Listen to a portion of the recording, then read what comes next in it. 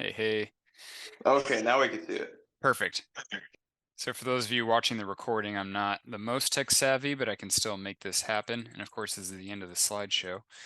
Yeah, so my name is Cameron Ripley. I am the broker owner of Purpose Home Loans, NMLS 2504166, and Vision Forward Realty, DRE 022100348. But, you know, we like putting these seminars on because I have found that there are a lot of people out there that may not understand, the home buying process purpose, or when they start to look at some of the numbers. I think there's just a lot of misconceptions where people get really confused. Because I hear a lot of first-time home buyers, and that's why this seminar is great for first-time home buyers to seasoned investors looking for good strategies, because the concepts still end up being the same, right? If I'm a first-time home buyer, a lot of times I hear people say, well, purchasing a house, why would I rent a house and pay someone else's mortgage when I can pay it for my own? I paid on my own house, but the problem is when interest rates are so significantly higher than, most rental rates, it starts to not make sense. So then people say, "Oh, well, I might as well rent a house and save up money," but what they forget is appreciation, and they forget that values tend to go up over time. So even though you're saving money, you're actually losing out because values just keep going up, and so the barrier to enter just it gets worse and worse and worse. So obviously, you can take different strategies, right? You could rent a small apartment and suffer a little bit longer to really save up enough, which is what I did. I didn't want to have to get a roommate, but I got a roommate. I went from spending, 2000 a month for a house to getting a small apartment with a roommate and spending 700, and that saved up enough at least to buy my first house. And then, once you buy your first house, even though my monthly payment went from, $700 a month to 2600 a month, values keep going up every year. And so I have never set aside, 7% of my total income every year, but at the same time, I've built up 7% of equity every single year.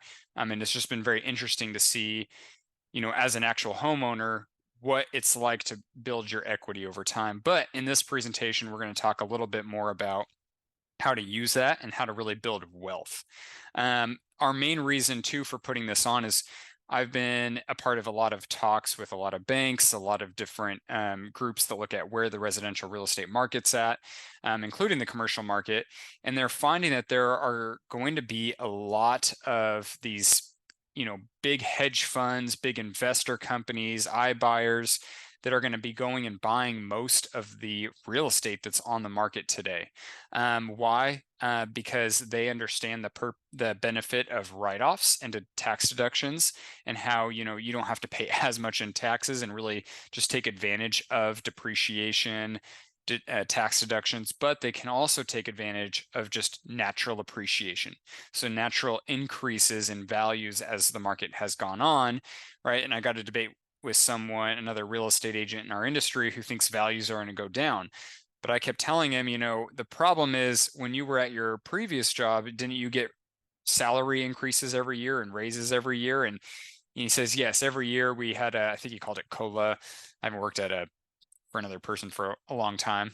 COA maybe is what it is, but yeah, cost of housing allowance. Yeah, something like that. But right, I mean, if wages keep going up, values will keep going up as well because it's more affordable. And so just values naturally increase because we start competing. But the thing is you're just going to be able to build so much more wealth that way. And so if these iBuyers are doing it in these hedge funds, why not individual investors? Why not individual people? Especially when you can look for more opportunities. So we like to look at any type of investment, whether you're a first-time home buyer buying your first house, or you want to buy a rental property, seasoned investor, whatever it might be. Everything should have a purpose and a vision of what you're trying to accomplish. What is the passive income you're trying to reach? What's your short-term goals, your long-term goals? Where are you currently at with your own income? What drives you? What are you ambitiously trying to do? Are you looking for something that builds generational wealth? Are you looking for something to retire on?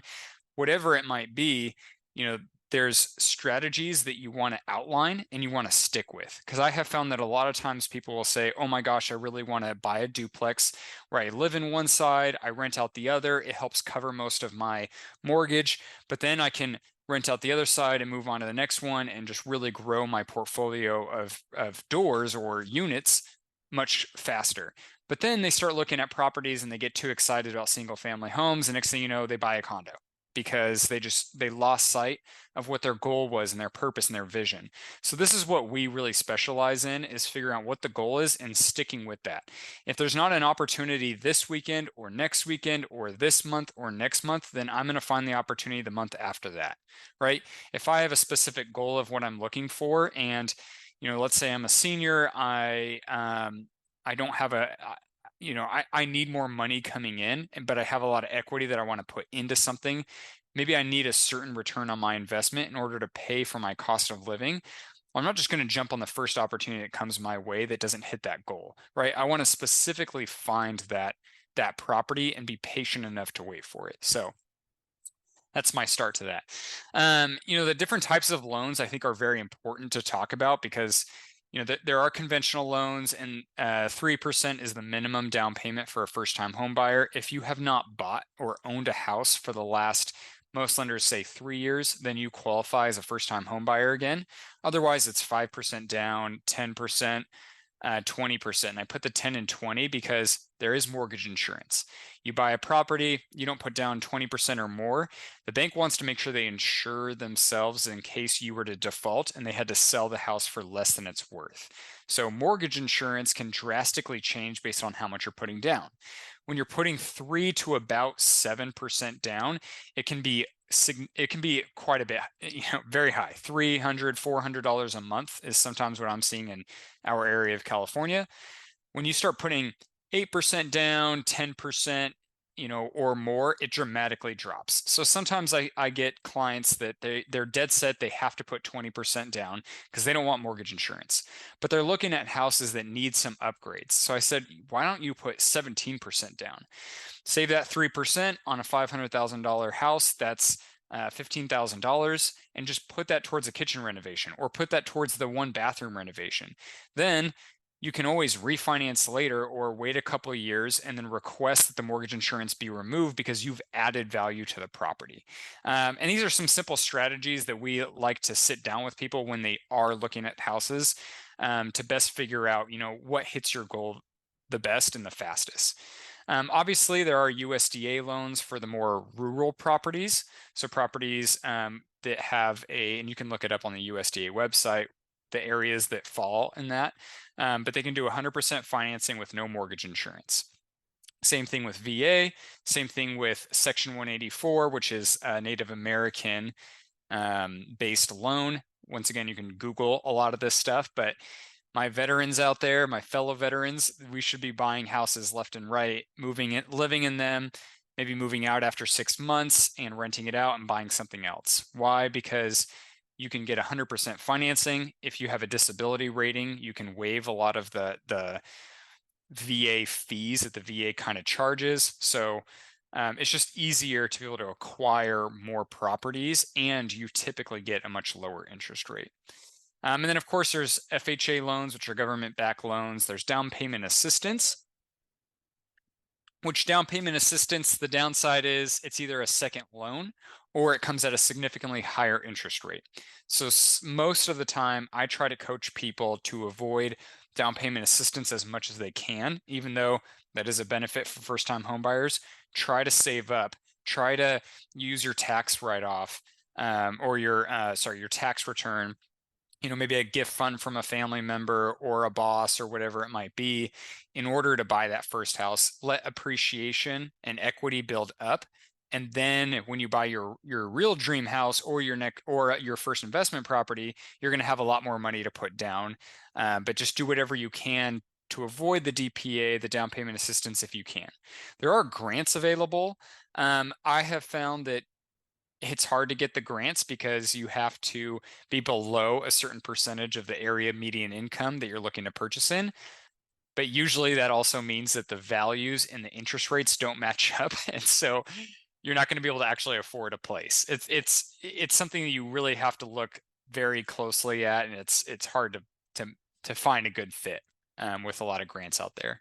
Now there's Cal HFA, and so there's a program for those of you in California watching the recording or on the call that there's something called the Dream for All program. Now, I personally am not the biggest fan of it just because I teach people a lot about appreciation. And that program, although it allows you to purchase and own a house, you share the appreciation with the government. So when you go to sell, you split the appreciation. I mean, they constantly change it, so I'm not going to talk too much specifics about it.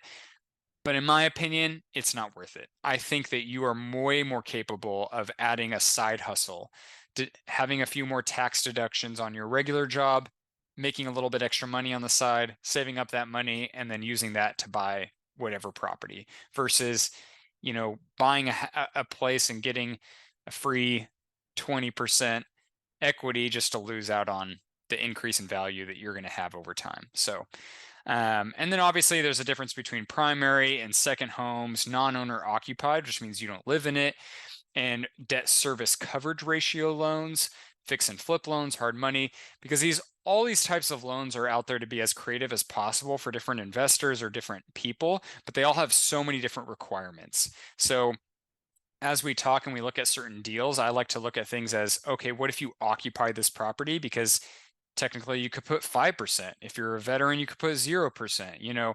What if you didn't occupy this side of the property and instead you just bought the property as an investment? Okay, well, that comes at a higher interest rate and a higher down payment. So how do we get you there? But there are a lot of loan options available. And so it's always good to talk to a mortgage professional. Specifically, I think a broker, because they're going to have options out there to fit any type of situation you find. Because you may find an investment opportunity that isn't super cookie cutter, but it's a great investment opportunity, and you don't want to have to be going to so many different people that you don't necessarily trust, know, or work with all the time. So stick with one person, and they can probably help you out the most. So single family. I like to talk with people about the upsides and the downsides of a lot of investment properties.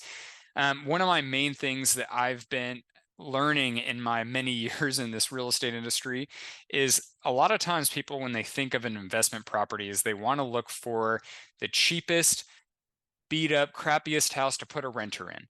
And I don't understand that concept. And I'm going to explain why as we go in more detail. But I mean, ideally, just because something is super cheap does not mean it's the best opportunity, right? When we look at investment properties for a lot of our clients, we analyze more than just, hey, is this the cheapest deal that's out there?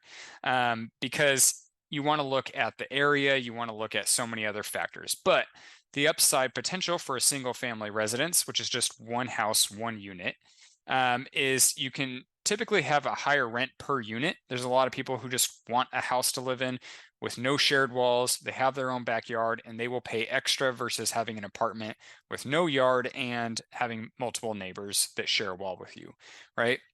You have a higher buyer pool whenever you're liquidating. So if you're going to sell, obviously you're going to have other investors that'll look at it, but you're also going to have just regular home buyers who want to own a property. It always has steady appreciation. Currently in our area of California, we're at a little over 7% appreciation. I like to factor in inflation into that and deduct it.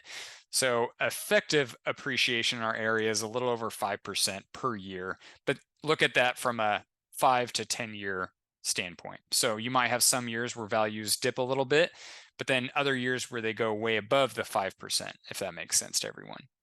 The nice thing about some single family residents, especially in California in our area, is the possibility of adding an ADU, which is an additional dwelling unit, basically a second house, tiny house maybe, or a JDU, a joint dwelling unit. In certain areas like San Diego, LA, I think San Francisco as well, you could build a JDU, which is a joint dwelling unit, and you can even rezone it so it's its own condo, it's its own separate property, and sell it for way more than the cost of installing it. And I mean, it's an option they're trying to do to create more affordable housing and a more affordable home ownership in those major areas. So if anyone has questions about that, please let me know, because it's very complicated, but I think it's something that people do not take advantage of as much. And then, of course, there's more loan options, there's a higher tenant pool, and there's going to be lower turnover because there's not as many rentals for houses.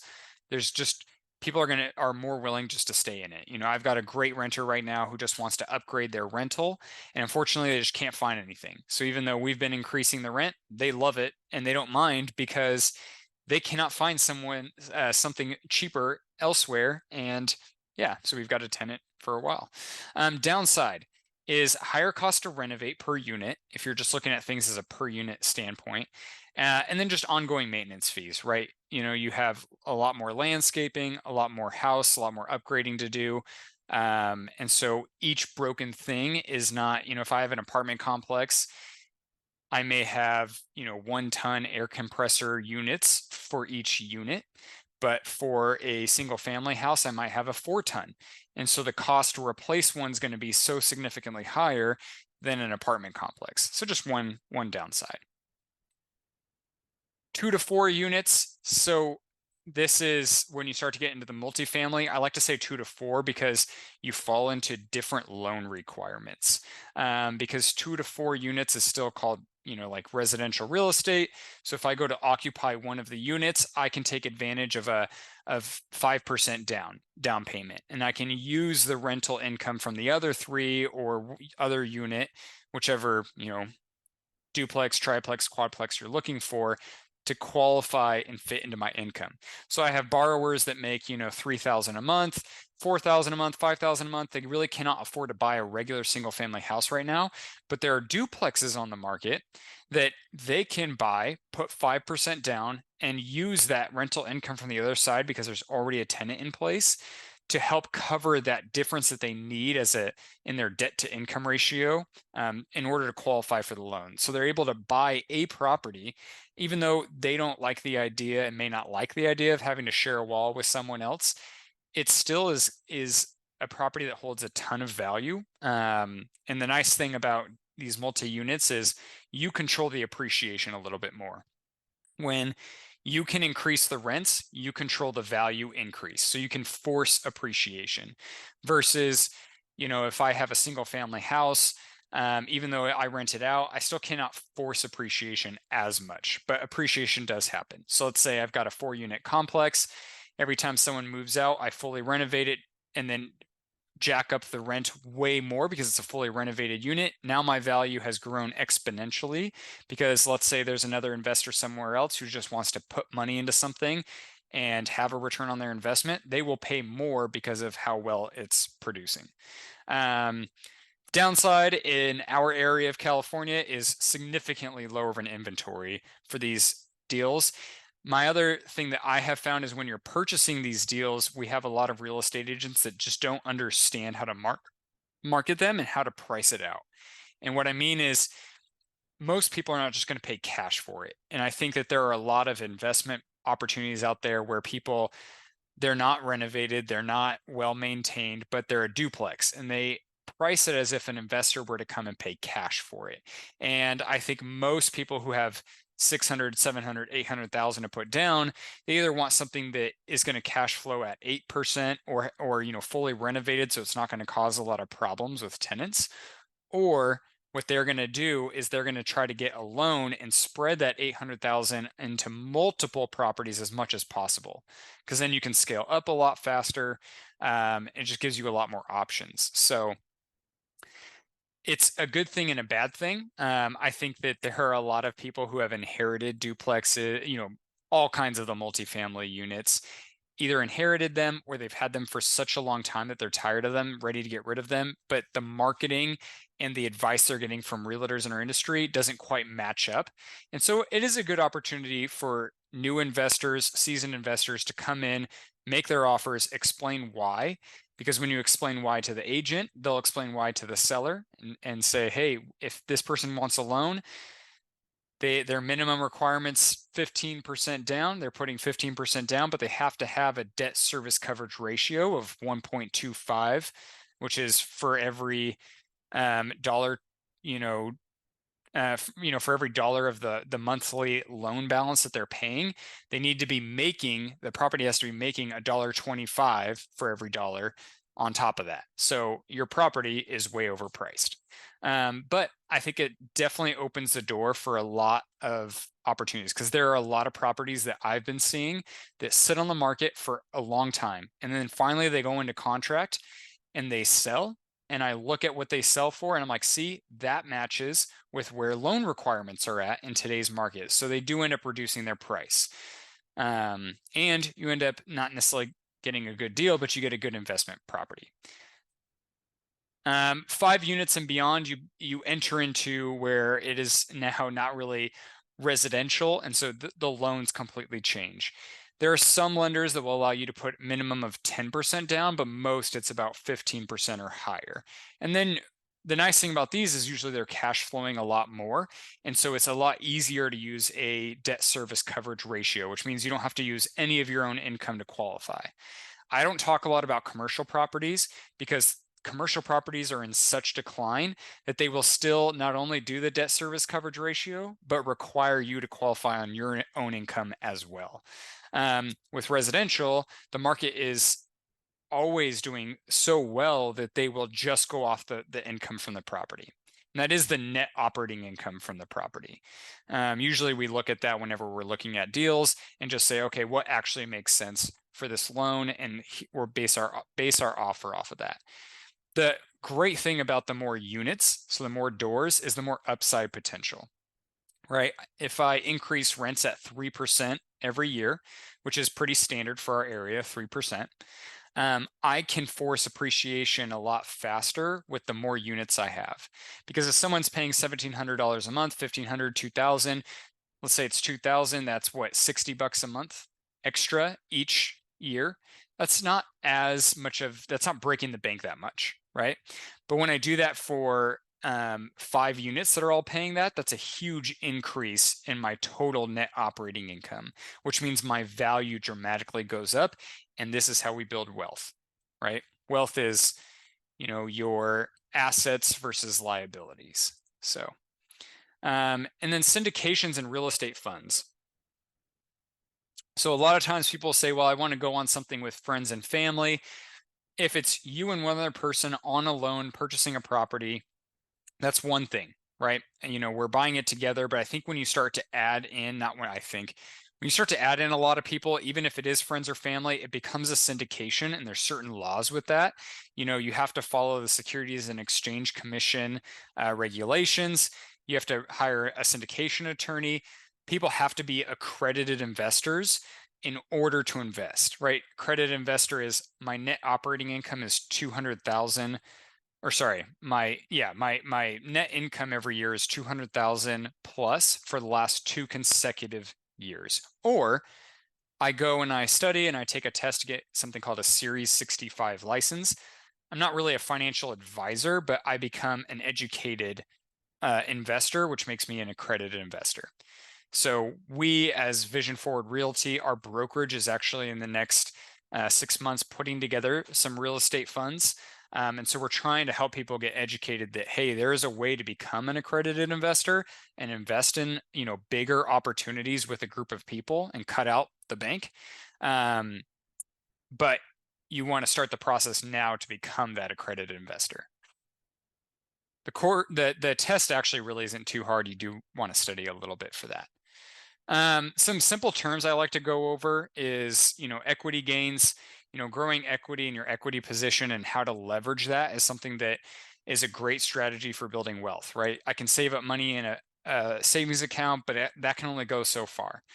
If I save up money and I own property where I grow the value, I can either borrow against that value to buy my next property, or I could sell it and do a 1031 exchange, which means I defer all of the income tax that I would get and buy my next property. So this is how people scale up and get more properties. And of course, appreciation and adding value. If I look at a deal, I want to say, okay, even though what's my ability to add value? How much do I think it's going to cost to add value to the property? But how much more of an increase in value would I have? Like when we look at investment properties, I looked at a duplex recently. Neither side was renovated. So I said, they're renting each side out for $1,500 a month. There is another unit across the way that is fully renovated, selling at $2,200 per month. 2,200 per month, but it was fully renovated. So we did the math on the cost, but we did the math on the increase in value that property sold for with renovated units and that much higher of rent. And so it just made total sense. And I'm going to go over some examples of that as well. Okay, choosing the market. So this is my favorite part of this specific presentation because all the time I get people who say, why would you invest and buy in California? And it cracks me up because whether you're a first-time home buyer or you're buying an investment property, it doesn't matter. Everyone complains in other states about Californians coming in and paying cash. In my area, the Greater Sacramento area, we complain about the San Francisco and LA buyers coming and paying cash in our area and having to compete with them. But at the end of the day, there's a reason why we're competing. It's not because those people just saved up a ton of money. It's because they bought expensive properties. And when you have a property appreciating at 5% and it's starting off at $1 million, that's much bigger increases in value as years go on. You buy a $12,000, $15,000 house in the middle of nowhere, America, 5% appreciation on that only goes up so far. But do the values really go up? So I've also known of a few, they call them turnkey investment groups and property management companies that swore appreciation in Kentucky, a certain city in Kentucky. It was all these new builds, right? So investors came in, they bought these really cheap houses, but what they never looked at was the job market. They never looked at the unemployment rate, new job rate, right? They never looked at, is the median area income increasing, decreasing, or is it just staying stagnant and not moving at all? How's the local business growth? Are there new employers coming in? Are there new jobs coming in? And what type of jobs are coming in? Are the majority of people getting labor jobs and the area median income labor employment is 60% of the area median income. So let's take Sacramento, Roseville, town I live in. 100% of the area median income is about 90 something thousand as of right now when you look on certain government websites. So when you look at jobs in our area, what jobs pay that, and what people who live in Roseville, who make up the majority of those jobs. So let's say healthcare jobs, which this is true in Roseville and Sacramento, make up the majority of jobs that people are working in our area. Healthcare jobs also usually range from 80% to 100 and plus past of the area median income, which just means you have higher potential. I'm kind of sounding nerdy, but that means that your market has greater potential for constant increases in value for property because there's going to be more desire and more ability for people to pay for the increases in property. When I looked at these areas in Kentucky, I'm just using Kentucky as an example because I know of one that did this. Their job market, their median area income was actually in decline. Their job and employment rates were the unemployment rate was increasing every year, and the new job rate wasn't growing at a rate like most other markets should be growing in. So when you look at it reasonably, values should not be increasing because people cannot afford the increase. Hopefully that makes sense to a lot of people, but it's an easy way to look at something and avoid, hey, how do I pick? Like, should I be picking something that's super cheap in the middle of nowhere just because it's cheap and it's my first investment opportunity? Or should I maybe save a little bit more and buy in a better market because I know that I'm hedging my bet, that it's in making a more educated bet that my investment's going to pay off, right? I get a lot of people who ask, well, aren't prices going to drop? Well, this is why we spend time looking at this kind of stuff, because you can reasonably dictate and predict if prices and values will drop because of this kind of stuff. Okay, now for the deals. So everything I said is going to be easily explained when we look at a lot of these deals. Now, this is a property that's currently on the market. 7760 and 7762 Leolana Way in Citrus Heights. They're asking $594,000. Um, I had other pictures of this property where it isn't really renovated, but it's still move-in ready. Ideally, though, I don't, where they're pricing it at is as if it was fully renovated, and I do believe their current rental rates are $200 below the market rent. So one side is vacant, the other side is occupied, and it's renting for $1,500 a month. If you look at similar properties in that area, they're renting for $1,700 a month per unit. So if you were to go and buy this as a first-time home buyer, your minimum requirement is 5% down. That's $27,500. I would negotiate it down, well, 5% of 550, because I would definitely reduce that price down to 550 based on a lot of comparables, based on the fact that I don't think the value quite is there, and it's been on the market for quite a while. So I would negotiate it down to 550. If they don't agree, then I don't move forward, right? But let's say they did agree, you buy it, you live in one side, that is the minimum requirement. If you wanted more of a cash on cash return and you're doing an investor loan, then it's just 15% of the purchase price, right? You can take that as a second mortgage, you can take that as a home equity line of credit, or you can save up money, or a combination of both.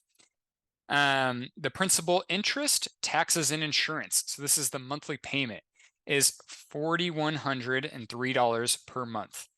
One of the sides is being rented for $1,500 a month, which like I said, I think is $200 below the market rent.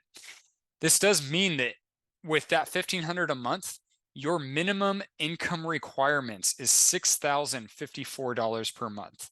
I think there are a lot of people out there, which this is actually below the area median income by quite a bit, but this opens a door for so many other people.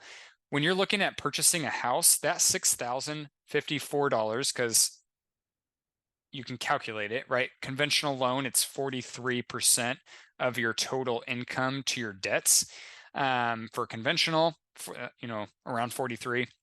Some lenders will go to 45, but it's at a higher interest rate. And then FHA, you can go much higher than that, same with VA. But for the sake of just an example, is I really cannot buy a regular single family house in this same market with this income, $6,054. Unless if I went, actually, I'm pretty sure even then, just with where interest rates are at and with home values, it's just not going to make sense. But here's my thing is appreciation and increasing value is a percentage.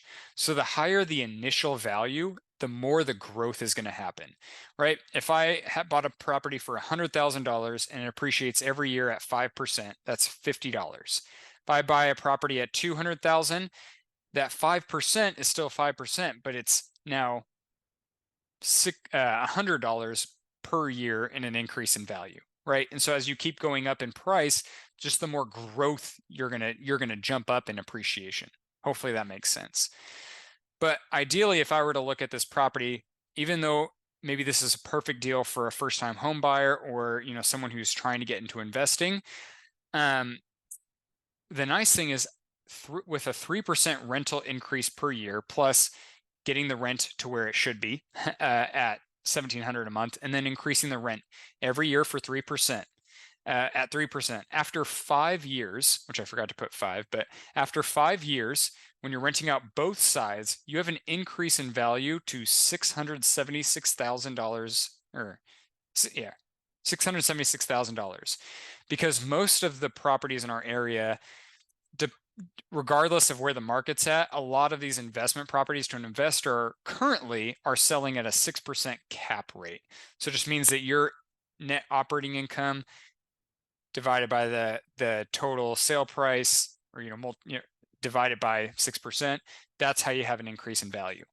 So even if you just held on to the property, you made your payments, so I'm ignoring the fact that you're reducing your principal balance over the 5 years, you're just going to naturally have that's $126,000 in an increase in value over 5 years. I know a lot of people who set aside money that don't save up that money over 5 years. So this is a great way for you to save money and use that value and build your portfolio. Here's another one I found. Now, I like this one because it might be a higher asking price initially, but I'm going to show you how you can just really dramatically increase the value. So this is in Carmichael, 2868 La Colina Way. They're asking $740,000. They have one side rented out. That's this side here. It's bringing in $2,650 per month, which is pretty crazy. But I think it's because they also have this patio. So it has a little bit higher of a value. This other side, similar houses, it's a 3-bed, 2-bath, are renting out for about 2,300 a month. So they don't have the garage or whatever. They don't have this not cool, nice patio, but they're still renting out for 2,300 a month. Even if the 5% down, so let's say you were to live, this side's vacant. You live in one side, you rent out the other. The minimum down payment is 37,000. So let's say you just saved up a little bit extra money, about 9,000 or 10,000, 9,500. Yeah, you saved up a little bit of extra money. You bought this house. Your principal, interest, taxes, and insurance payment is going to be 5,000 roughly, right? This is just an estimate. $5,521 per month. With current rent at this, that means your minimum required income is for a debt service coverage ratio loan. There are some that change, but this does qualify for it. $6,679 per month is what you need to be making.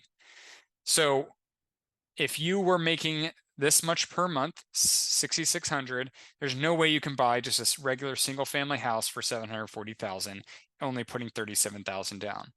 This is a way to buy this house while doing that. The nice thing about it is over time, you increase the rent by 3%, rent out both sides. With that combined income, you have a value increase to $928,204. Not going to waste all the time doing all the math, but remember, an increase is per year added on, right? But that's such a big jump, right? This is almost a $200,000 jump in value, and where this was $126,000 jump in value. So even though, I get sometimes people will say, hey, it's my first time buying an investment property. I think I want to start with like a mobile home or something and I always ask why. And they say, oh, because it's just cheaper. And so I feel like it's going to be a good start. I actually think this is a good start because it's less risky. You have more of the monthly payment being covered by the other tenant. It's going to give you a lot more growth as time goes on. That mobile home, you never know the rental buyer pool. You never know the buyer pool. A property like this, you increase the rent over time. Your buyer pool is going to go up because more people can also afford this. All right. This is how you also go from a property like that, where you rent out both sides and you either borrow against this equity or do a 1031 exchange and sell it. And here is or that first property. And here is a triplex, right? I think this is a triplex. Or is this a quad? This is a triplex. So this is 2860. Oh, dang, I put the wrong address. This is also in Carmichael. But they're asking 850,000. I actually think their value is pretty spot on. That means if you were to buy this as an investment opportunity, since only one side is vacant, technically you could occupy that side, but you can't put 5% down in our area because it becomes a jumbo loan. So I'm just looking at this one as if it was an investment property. So 15, let me move our faces. 15% down, 127,500. So we go back to that first duplex. You sell that, do a 1031 exchange. Now you can buy this property. The principal, interest, taxes, and insurance, which remember, always seek out a CPA because I'm not a CPA to confirm this, but your interest and your taxes are tax deductible. Some will say that your insurance is tax deductible on certain multifamilies because it's almost like a business expense. So not only are you lowering your tax basis from your regular job, but you're also, right, we factor this in. So that's going to be around $5,744 per month. The current rent, one unit's vacant, is $4,345 per month. That ratio still qualifies for a debt service coverage ratio where all you need, the minimum income requirement would be $3,331 per month. So let's say, going back to example one, this person, they haven't been making any more money. Maybe they bought a regular house, but they only need to count this extra income in order to qualify to buy this, because you need a tenant in place in order to use the debt service coverage ratio loan. But that means one unit's vacant. $1,500 a month is the going rate for that unit. You add that on, you increase the rent 3% per year, rent out all the units. Your new estimated value after 5 years is $1,129,000. You bought it for $850 with $127,500 down. This is how we start to build wealth. You do another 1031 exchange, or you borrow some of that equity. Here is a pretty good one, and here is one that I wanted to really talk about because of the pictures and the marketing for it. So there's quite a few apartment complexes, 5+ units, that are for sale. People look at this and they say, okay, well, they're asking $1,400,000. How could I ever afford that? Well, 20% down is $215,000. You could technically do 15% down, but it just depends on what you're doing and how the property's cash flowing. I look at this as, if I were to get a loan on this property, my minimum debt service coverage ratio loan is going to require a 1.25%, 1.25 ratio. And I think that they're way overpriced.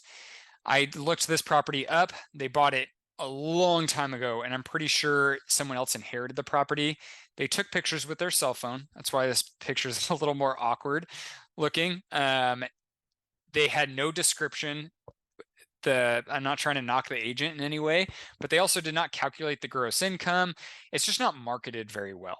And so I think there's a lot of room. There should be a lot of room to negotiate, because people are not going to be able to get a loan for this. And I have seen so many properties that I've looked at just like this sell for much less because it fit within a ratio. So if I'm putting 20% down, just for the sake of this example, $215,000, I need to get the property down to $1,075,000.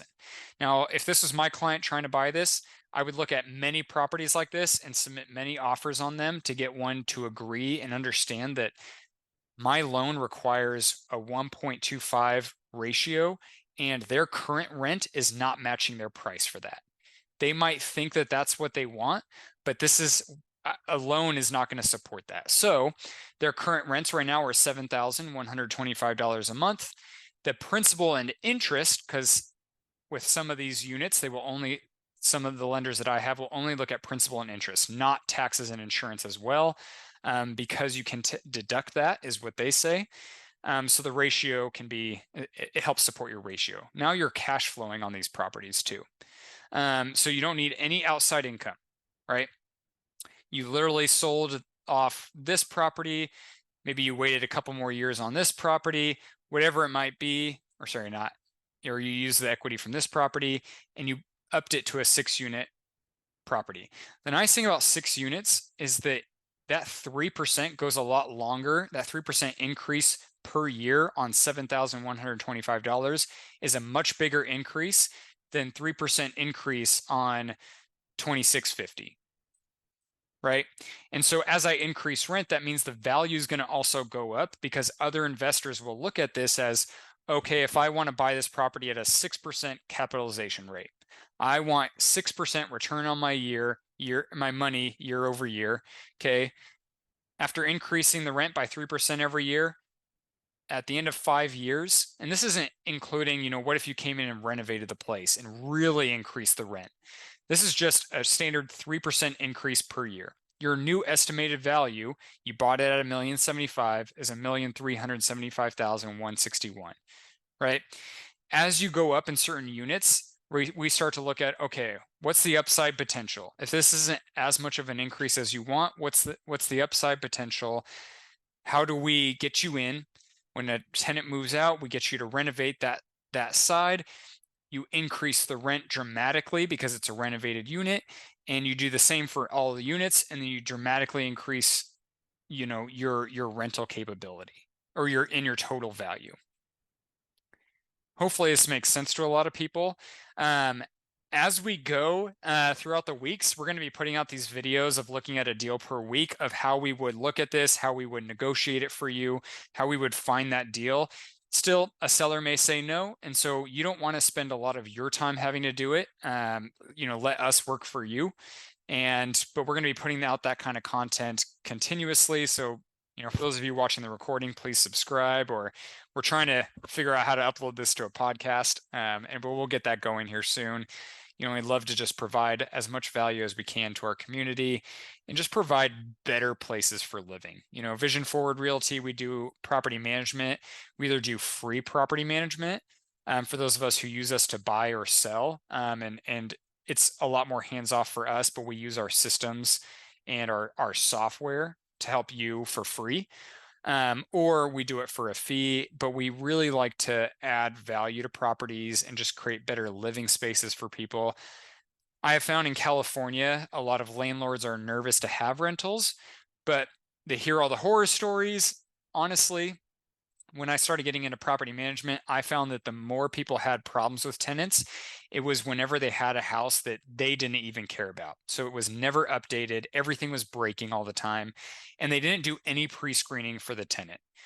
I have found since doing property management, it's not a 100% guarantee, but it happens more often than not that when we pre screen the tenant properly, when we upgrade the property so there aren't as many issues with it, it just becomes more of a passive investment than an active investment.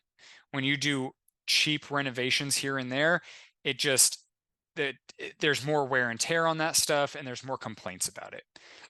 And then purpose home loans, we're here to create all kinds of, structuring any kind of deal. This is where I really specialize in, and we have a lot of lenders that specialize in this stuff as well. So, yeah, thanks for listening in and join us on the next video.